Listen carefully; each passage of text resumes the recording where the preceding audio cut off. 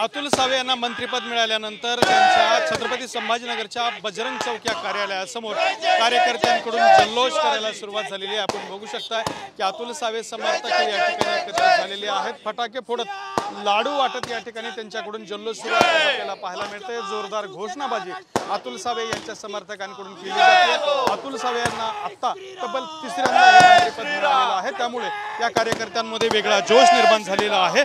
नक्की त्यांच्या काय भावना आहेत जाणून घेऊयात।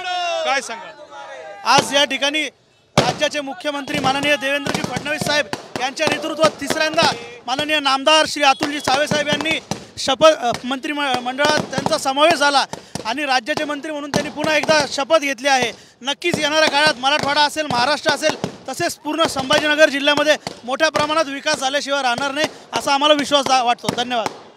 तर विकासाचा विश्वास या ठिकाणी व्यक्त केला जातो। आपण पुन्हा एकदा बघू शकता की मोठ्या संख्येने कार्यकर्ते जमलेले आहेत।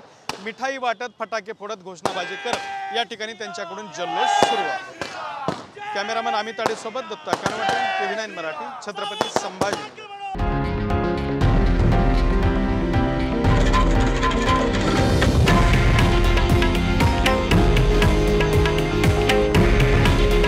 हे आहे देशातील नंबर 1 न्यूज नेटवर्क आणि आपण पाहत आहात TV9 मराठी।